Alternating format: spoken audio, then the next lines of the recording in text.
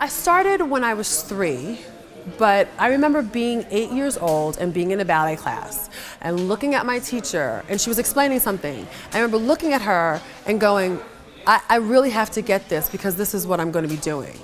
So somehow at 8, I already knew that was what my, I guess, calling was. So it happened early for me. I'm a woman of a certain age. I might not look it, but so I'm not really dancing professionally anymore. But what I'd like to do is be able to pass on my information. Pass on the information about dance, about the passion of art and crafting. So, I mean, yeah, that's pretty much it. I mean, personally, there are other things that I would like to do. Maybe not dance related, but yeah, like writing a book, maybe. An ordinary day for me in New York depends on whether or not I teach in the morning or just in the afternoon. But if I have my morning free, I like to take Bikram yoga. It's the hot yoga. It's like 105 degrees, very, very hot, 26 postures.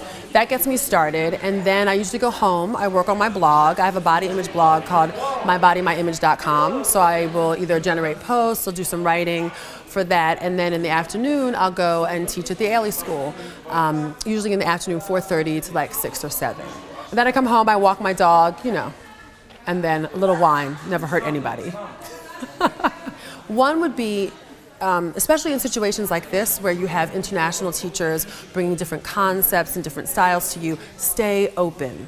Stay open, stay interested. That's one.